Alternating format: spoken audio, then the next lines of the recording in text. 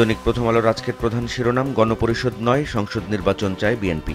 এটি ঐকমত্য কমিশনে গতকাল বিএনপির জমা দেওয়া মতামত, এবং এই মতামতে তারা আরও বলেছে স্বাধীনতা যুদ্ধ ও গণ অভ্যুত্থানকে এক কাতারে আনা সমুচিত নয়। এই মতামত প্রসঙ্গে আরও একটি প্রতিবেদন প্রথম আলোর, যার শিরোনাম গণপরিষদ নির্বাচন চায় এনসিপি। এই খবরে বলা হচ্ছে, 5টি সংস্কার কমিশনের গুরুত্বপূর্ণ 166টি সুপারিশের মধ্যে 113টির সঙ্গে একমত পোষণ করেছে নতুন রাজনৈতিক দল জাতীয় নাগরিক পার্টি। প্রথম আলোর আরেকটি খবর, হাসনাত সার্জিসের ফেসবুক পোস্টে এনসিপিতে অস্বস্তি। এই খবরে বলা হচ্ছে, সেনাপ্রধানের সঙ্গে দুজনের আলোচনায় অংশ নেওয়ার বিষয়টি এনসিপির বেশিরভাগ নেতা জানতেন না। প্রথম আলোর আরেকটি খবর, পরিশুদ্ধ আওয়ামী লীগ নিয়ে বাইরে শোরগোল, দলে আগ্রহ নেই। এই খবরে বলা হচ্ছে, রিফাইন্ড বা পরিশুদ্ধ আওয়ামী লীগের ধারণা নিয়ে দলটির ভেতরে কোনো আলোচনা নেই। নেতৃত্বে পরিবর্তন আনার বিষয়েও কোনো চিন্তাভাবনার কথা জানা যায়নি। গাজায় যুদ্ধ নিয়ে প্রথম আলো প্রথম পাতাতেই প্রতিবেদন ছাপিয়েছে ছবিসহ। সেই খবরের শিরোনাম, গাজায় যুদ্ধ শুরুর পর 50,000 ফিলিস্তিনিকে হত্যা, চিকিৎসকদের জন্য আলাদা ক্যাডারের সুপারিশ থাকবে। স্বাস্থ্যখাত সংস্কার কমিশনের বিষয়টি নিয়ে প্রথম আলোর প্রতিবেদনে বলা হচ্ছে, এই প্রতিবেদন শিগগিরই জমা দেওয়া হবে। সরকার গুরুত্বপূর্ণ কিছু সুপারিশ বাস্তবায়ন শুরু করে যেতে চায়। আজ বিশ্ব যক্ষ্মা দিবস, সে বিষয়ে একটি বিশেষ প্রতিবেদন ছাপিয়েছে প্রথম আলো শেষ পাতায়, যার শিরোনাম অর্থায়ন বন্ধ, যক্ষ্মার ঝুঁকি বেড়েছে। এই খবরে বলা হচ্ছে, বহু মানুষের যক্ষ্মা শনাক্ত হচ্ছে না, এবং ইউএসএআইডির সহায়তা বন্ধ হওয়ার কারণে যক্ষ্মা শনাক্তের কাজেও প্রভাব পড়েছে। দৈনিক সমকালের প্রধান শিরোনাম, বিদ্রোহী নাকি পরিশোধিত আওয়ামী লীগ। রাজনীতি নিয়ে এই প্রতিবেদনে বলা হচ্ছে, অভ্যুত্থানে ক্ষমতাচ্যুত আওয়ামী লীগ আগামী নির্বাচনে অংশ নিতে পারবে কিনা তা নিয়ে রাজনীতির অন্তর্মহলে চলছে টানাপোড়েন, এবং একটি পক্ষ চায় শেখ হাসিনা ও তার পরিবারের সবাইকে বাদ দিয়ে তৈরি করা আওয়ামী লীগকে নির্বাচনে নিয়ে আসতে, এবং অন্য আরেকটি পক্ষ চায় শেখ হাসিনার সম্মতিতে পরিশোধিত আওয়ামী লীগকে ভোটে আনতে। এই বিষয়ে বিস্তারিত সংবাদ ছাপিয়েছে সমকাল। তাদের আরেকটি শিরোনাম, পাল্টাপাল্টি বক্তব্য, বিতর্কে এনসিপির নেতারা। এই খবরে বলা হচ্ছে, রিফাইন্ড আওয়ামী লীগ গঠন ও সেনাপ্রধানের সঙ্গে বৈঠক নিয়ে সামাজিক যোগাযোগ মাধ্যমে বিতর্কে জড়িয়েছেন জাতীয় নাগরিক পার্টির শীর্ষ নেতারা। গতকাল জুলাই অভ্যুত্থানে আহতদের সঙ্গে ইফতার করেছেন সেনাপ্রধান, এবং সে সংক্রান্ত খবরটি সমকাল দিয়েছে, মনোবল হারাবেন না, সবসময় পাশে থাকব, এই শিরোনামে।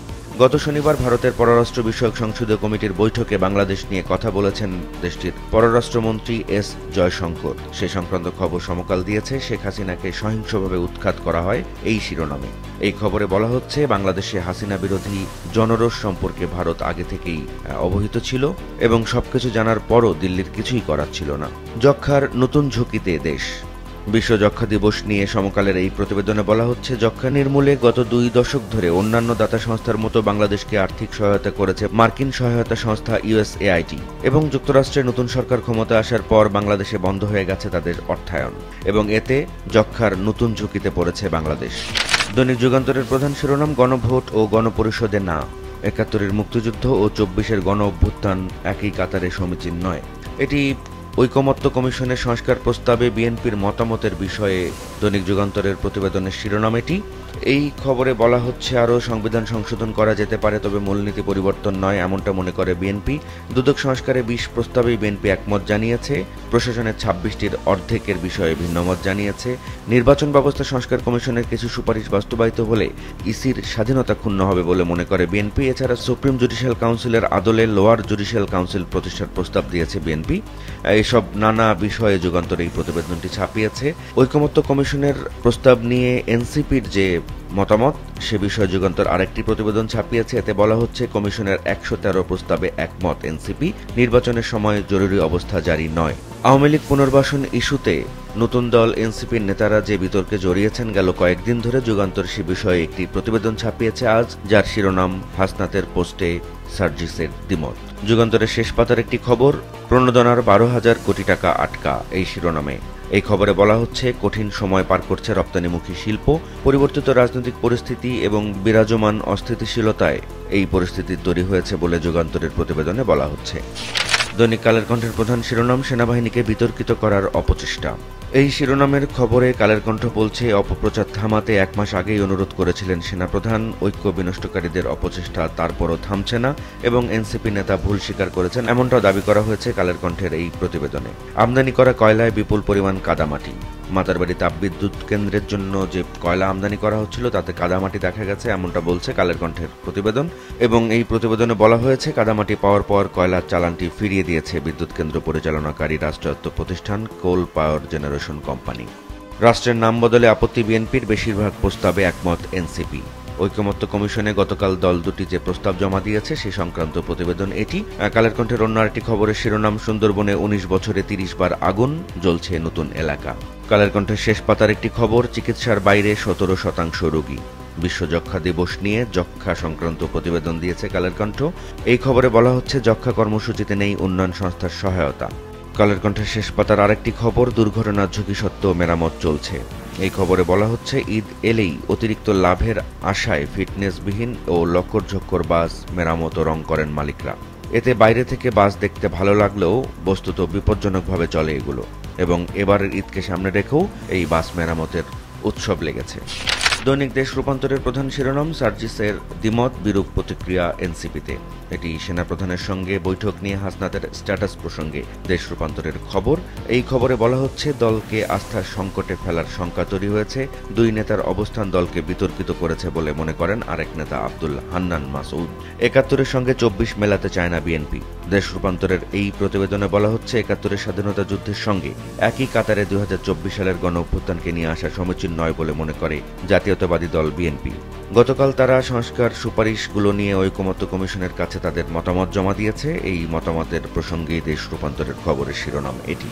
দেশ রূপান্তরের শেষ পাতার দুটি খবর, একটি শিরোনাম আদায় না হওয়ার ঝুঁকিতে ৮৪% খেলাপি ঋণ। এই খবরে বলা হচ্ছে ব্যাংক খাতে মন্দমানের খেলাপি ঋণের পরিমাণ ও হার দ্রুত বাড়ছে এবং টাকার অঙ্কে এর পরিমাণ এখন ২,৯১,৫৩৮ কোটি টাকা। এসি বাসে লাগামহীন ভাড়া। এই খবরে বলা হচ্ছে ঈদকে সামনে রেখে আজ থেকে ঢাকা ছাড়তে শুরু করবে রাজধানীর বাসিন্দারা। এরই মধ্যে অগ্রিম টিকিট বিক্রি প্রায় শেষের দিকে, তবে এই যাত্রাকে কেন্দ্র করে গত বছরগুলোর মতো এবারও বাড়তি ভাড়া আদায়ের অভিযোগ করেছেন যাত্রীরা। বিশেষ করে ঢাকা উত্তরবঙ্গ রুটে শীতাতপ নিয়ন্ত্রিত বাসগুলোর ভাড়া গত মাসের তুলনায় ৮০০ থেকে ১৫০০ টাকা পর্যন্ত অতিরিক্ত নেওয়ার অভিযোগ উঠেছে। দৈনিক বাংলাদেশ প্রতিদিন, সংস্কার প্রশ্নে জাতীয় ঐকমত্য কমিশনে বিএনপি সহ বিভিন্ন রাজনৈতিক দল যে মতামত জমা দিয়েছে সে বিষয়ে বেশ কয়েকটি প্রতিবেদন ছাপিয়েছে আজকে, যার প্রধান শিরোনাম নানা মত দলগুলোর, এবং বিএনপি, সিপিবি, এনসিপি তাদের আলাদা আলাদা মতামত নিয়ে আলাদা আলাদা প্রতিবেদন ছাপিয়েছে বাংলাদেশ প্রতিদিন। বিএনপি প্রসঙ্গে তাদের প্রতিবেদনের শিরোনাম, রাষ্ট্রের নাম বদলে আপত্তি, গণভোট নয়, সংসদ আগে চায় বিএনপি। নাগরিক পার্টি ১১৩ প্রশ্নে একমত, ২২টিতে দ্বিমত। এই শিরোনামে নাগরিক পার্টির সংস্কার প্রস্তাব নিয়ে বাংলাদেশ প্রতিদিন প্রতিবেদন ছাপিয়েছে। সিপিবির বিষয়ে তাদের যে প্রতিবেদন তার শিরোনাম, মতামত জানার প্রক্রিয়া নিয়ে প্রশ্ন সিপিবির। গণভোটে সংবিধান সংস্কার চায় রাষ্ট্র সংস্কার আন্দোলন। এই শিরোনামে এই দলটির মতামত প্রসঙ্গে প্রতিবেদন ছাপিয়েছে বাংলাদেশ প্রতিদিন। বাংলাদেশ প্রতিদিনের অন্য আরেকটি খবরের দিকে চলে যাচ্ছি। একটি শিরোনাম, ফিরিয়ে দেওয়া হলো আমদানি করা বিপুল পরিমাণ ভেজাল কয়লা। এটি মাতারবাড়ি বিদ্যুৎ কেন্দ্রে নিম্নমানের ভেজাল ও মাটি মিশ্রিত কয়লার চালান যে গিয়েছিল সেটি প্রত্যাখ্যান করা হয়েছে, এবং এই কয়লা ব্যবহারের কারণে বিদ্যুৎ কেন্দ্রের যন্ত্রপাতি নষ্ট হতে পারে এমন মতামত দিয়েছেন কর্মকর্তারা, সেটিও বলা হয়েছে এই প্রতিবেদনে। গাজায় নিহত ৫০,০০০ ছাড়ালো। বাংলাদেশ প্রতিদিন প্রথম পাতাতেই এই শিরোনামে গাজার খবর দিয়েছে, এবং এই খবরে বলা হচ্ছে বিভিন্ন দেশ ইসরায়েলের বিরুদ্ধে যুদ্ধবিরতি চুক্তি লঙ্ঘনের অভিযোগ করেছে। দৈনিক আজকের পত্রিকার প্রধান শিরোনাম, নতুন বাহিনীর প্রস্তাবে অসন্তোষ বেবিচকে। এটি দেশে বিমানবন্দরগুলোর নিরাপত্তা জোরদারে বাংলাদেশ এয়ারপোর্ট সিকিউরিটি ফোর্স নামে যে নতুন বাহিনী গঠনের পরিকল্পনা করা হয়েছে সে বিষয়ে প্রতিবেদন। এই প্রতিবেদনে বলা হচ্ছে যদিও বেসামরিক বিমান চলাচল কর্তৃপক্ষ নিজেই এই প্রস্তাবটি জমা দিয়েছে, তবে এই প্রস্তাব নিয়ে এই সংস্থার ভেতরেই অসন্তোষ তৈরি হয়েছে এমনটা বলা হয়েছে এই প্রতিবেদনে। ৭১ ও ২৪কে এক কাতারে আনা সমুচিত নয় বিএনপি। সংস্কার কমিশনের প্রস্তাব নিয়ে বিএনপির যে মতামত গতকাল জমা দেওয়া হয়েছে সে বিষয়ে আজকের পত্রিকার খবরের শিরোনাম এটি, এবং এনসিপির যে মতামত সে বিষয়ে আজকের পত্রিকার সংবাদের শিরোনাম, সংবিধান সংশোধনে গণপরিষদ নির্বাচন চায় এনসিপি। ফেসবুকে পোস্ট দিয়ে বিতর্কে নেতারা, এনসিপিতে অস্বস্তি। এই শিরোনামে আজকের পত্রিকা যে খবরটি ছাপিয়েছে তাতে বলা হচ্ছে জুলাই অভ্যুত্থানে নেতৃত্ব দেওয়া তরুণেরা নতুন রাজনৈতিক দল গঠন করেছেন ১ মাসও হয়নি। এরই মধ্যে সামাজিক যোগাযোগ মাধ্যম ফেসবুকে দেওয়া পোস্ট নিয়ে বিতর্কে জড়িয়ে পড়েছেন দলটির দু একজন শীর্ষস্থানীয় নেতা। আগামী শুক্রবার চীনের প্রেসিডেন্টের সঙ্গে বৈঠক করবেন অন্তর্বর্তী সরকারের প্রধান উপদেষ্টা ডক্টর মোহাম্মদ ইউনূস। সে বিষয়ে আজকের পত্রিকা একটি প্রতিবেদন ছাপিয়েছে, যার শিরোনাম বোঝাপড়ার বৈঠক শুক্রবার। আজকের পত্রিকার শেষ পাতার খবর, পাহাড় কেটে আবাসন, নীরব দপ্তর।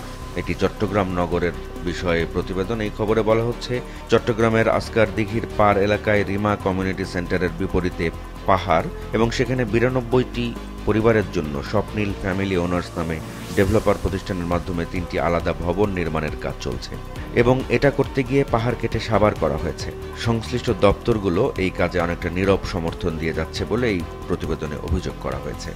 মঙ্গল শোভাযাত্রার নাম বদলে যেতে পারে, এই শিরোনামে আজকের পত্রিকার শেষ পাতায় একটি খবর দিয়েছে। এই খবরে বলা হচ্ছে, আজকে এই শোভাযাত্রার নতুন নাম নির্ধারণে বৈঠক হবে ঢাকা বিশ্ববিদ্যালয়ে এবং এতে শোভাযাত্রার নাম পাল্টে যেতে পারে, এমনটা বলা হয়েছে এই প্রতিবেদনে।